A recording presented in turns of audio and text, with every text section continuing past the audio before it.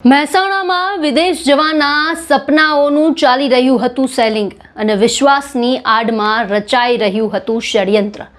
જી હા, Vasai police station વિસ્તારમાં બનેલી 64 લાખની લૂંટનો પર્દાફાશ થયો છે।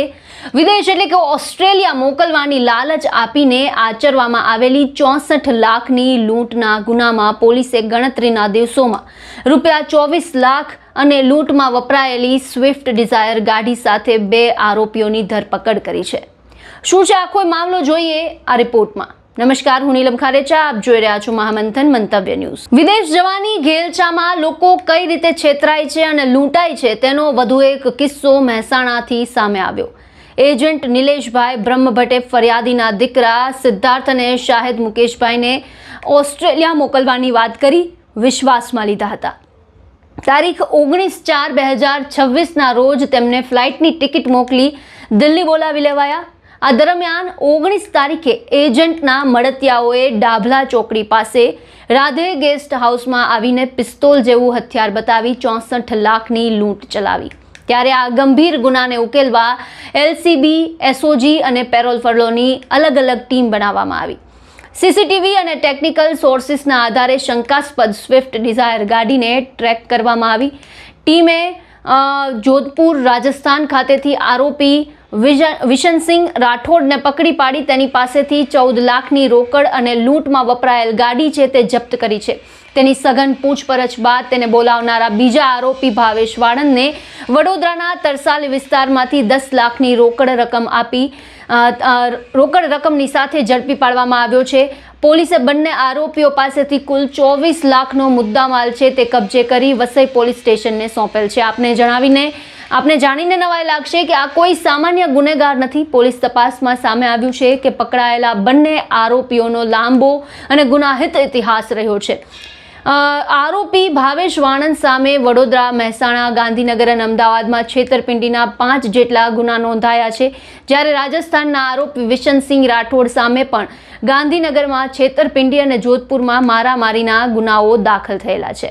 ગઈ તારીખ 19/4/2026ના રોજ વસઈ પોલીસ સ્ટેશનની હદમાં હાઈવે ઉપર જ એક રાધે ગેસ્ટ હાઉસ આવેલું છે।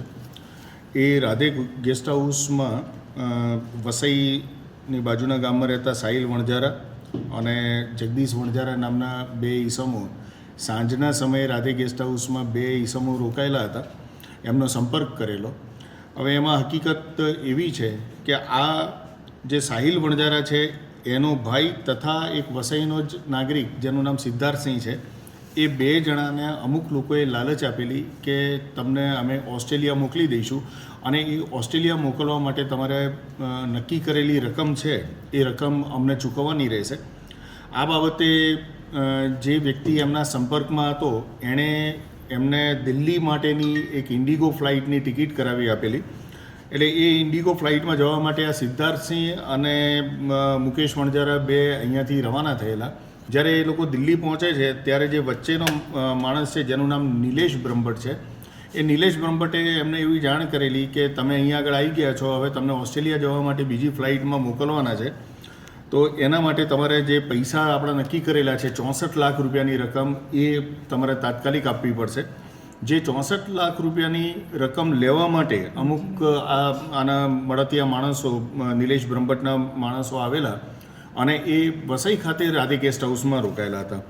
રાધે ગેસ્ટ હાઉસમાં આ જે મુકેશ વણજારા છે એના બંને ભાઈઓ એ જઈને ત્યાં વાત કરે છે, જેમનું નામ સાહિલ વણજારા અને જગદીશ વણજારા છે।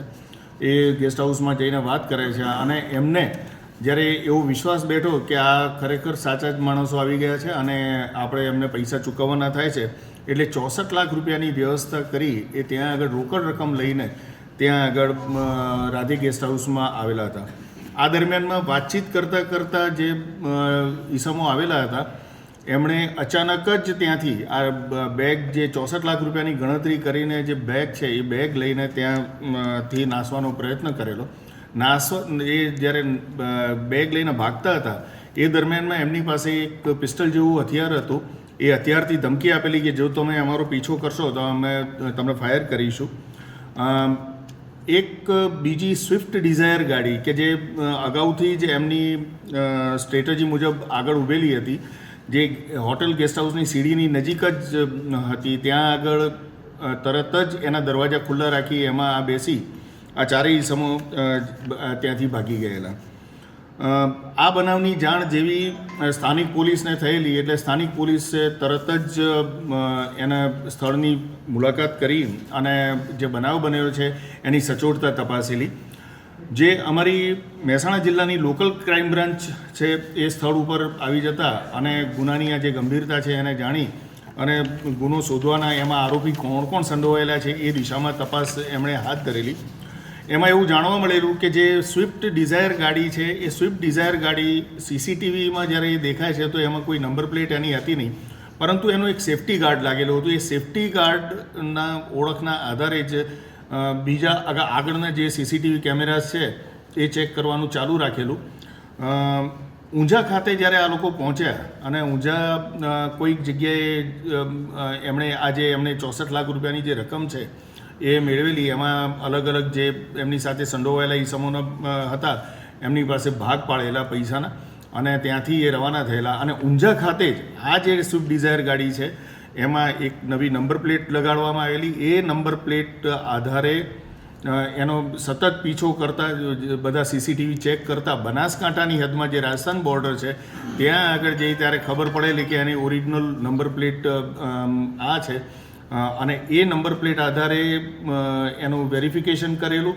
એ વેરિફિકેશનમાં અમને જાણવા મળેલું કે એ ગાડી રાજસ્થાન પાસિંગની ગાડી હતી અને આ ગુનો કરવામાં વાપરવામાં આવેલી હતી. અને એના જે માલિક છે એ માલિકની ખાતરી તપાસ કરતાં અમને એવું જાણવા મળેલું કે આ ગુનામાં એક વિશનસિંહ ભંવરસિંહ રાઠોડ નામનો વ્યક્તિ, ભાવેશ ઘનશ્યામભાઈ વાળંદ, પપ્પારામ ઉર્ફે પપ્સા ચૌધરી જે જોધપુર રાજસ્થાનનો રહેવાસી છે, નરેન્દ્ર ઉર્ફે નવીન ટીકુરામ ચૌધરી જે પણ રાજસ્થાનનો રહેવાસી છે, મનોહરરામ ઉર્ફે મનોજ અંબારામ લખાણી એ રાજસ્થાનનો રહેવાસી છે, યશ પટેલ નામનો માણસ જે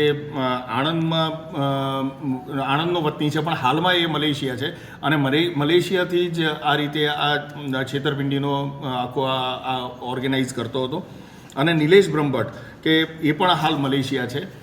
આ નિલેશ પટેલ અને યશ પટેલ નામના વ્યક્તિઓ છે એ પોતે જે નાગરિકો છે સામાન્ય નાગરિકોને ભોળવીને અને એમને વિદેશ મોકલવાનું લાલચ આપીને એમની સાથે આ રીતની છેતરપિંડી કરતા હોવાનું એ અમારા ધ્યાને આવેલું છે.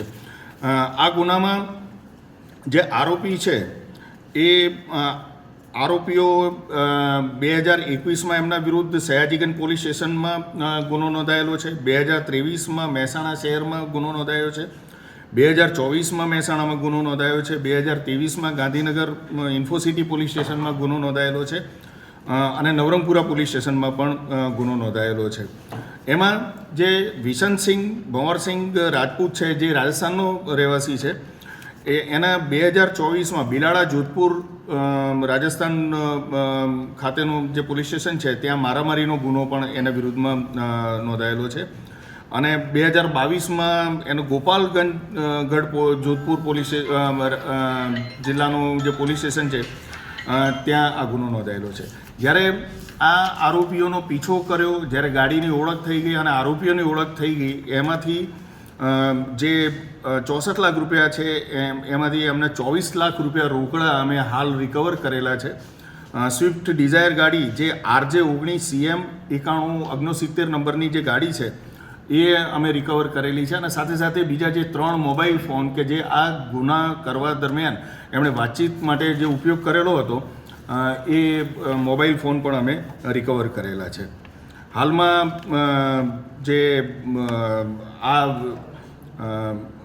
રાધે હોટલ ઉપર જે વ્યક્તિઓ આવેલા હતા એમાં એનું નામ વિશનસિંહ રાઠોડ ઉર્ફે મનોજ મેઘવાલ એ રીતના બંને જણા ગોઝારિયાથી આ જે ફરિયાદી છે એનો સંપર્ક કરી અને દિલ્હીના એજન્ટ હોવાની પોતાની ઓળખ આપેલી કે અમે દિલ્હીથી આવેલા છીએ અને જે પ્રમાણેની અગાઉ વાતચીત થયેલી હતી એ વાતચીત મુજબ અમે આ પૈસા લેવા માટે અહીંયા આગળ આવેલા છીએ એવી અમને આ પ્રાથમિક તપાસ દરમિયાન આ હકીકત જણાઈ આવેલી છે. હાલમાં જે આરોપીઓ અમે જે એરેસ્ટ કરેલા છે આ ગુનાના કામે એ આપણી સમક્ષ જ છે.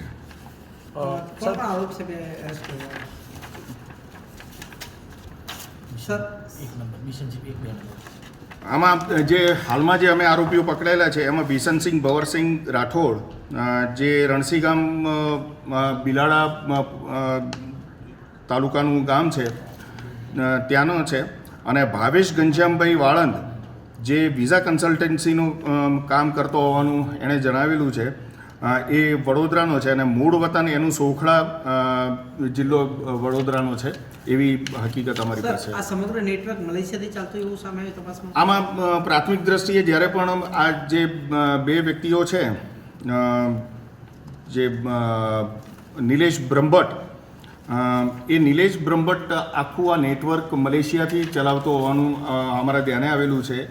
શરૂઆતમાં જ્યારે એનો સંપર્ક કરવામાં આવતો ત્યારે એ એવું કહેતો કે ભાઈ હું આવું કોઈ પણ કામ કરતો નથી, પણ એ બીજા કોઈ માધ્યમનું નામ લઈને કે તમે બીજા કોઈ મારા થકી કોઈ ગયેલું હોય એવા કોઈ વ્યક્તિને તમે ઓળખતા હોય તો એની ઓળખ આપો તેમ કહીને એ પોતે એનું કન્ફર્મેશન લેતો, અને કન્ફર્મ થયા બાદ એ એમની પાસે આખી ડીલ કરતો, અને જે પણ વ્યવહાર કરવામાં આવતો, પૈસાનો વ્યવહાર કરવામાં આવતો, એ રોકડમાં પૈસાનો વ્યવહાર કરવામાં આવતો, અને એના જે આ નક્કી કરેલા એજન્ટો છે એ એજન્ટો જ પૈસા લેવા માટે આવતા હતા.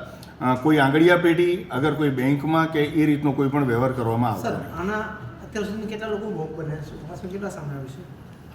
અગાઉ જે મેં જેમ અગાઉ હકીકત જણાવી એ મુજબ આમના વિરુદ્ધમાં જે ગુનાઓ નોંધાયેલા છે એ ગુનાઓ જોતાં લગભગ 6 જેટલા ગુનાઓ નોંધાયેલા છે, અને એમાં ઘણી વ્યક્તિઓ આનો ભોગ બનેલી છે એવી અમારી પ્રાથમિક તપાસમાં જણાઈ આવે. મહેસાણા એલસીબી અને એસઓજીની ટીમે આંતરરાજ્ય લૂંટનો ભેદ તો ઉકેલી નાખ્યો છે, પરંતુ આ કેસમાં હજુ પણ પપ્પારામ ચૌધરી, નરેન્દ્ર મનોહર રામ તેમજ મુખ્ય સૂત્રધાર એવા મલેશિયામાં રહેતા યશ પટેલ અને નિલેશ બ્રહ્મભટ્ટને પકડવાના બાકી છે.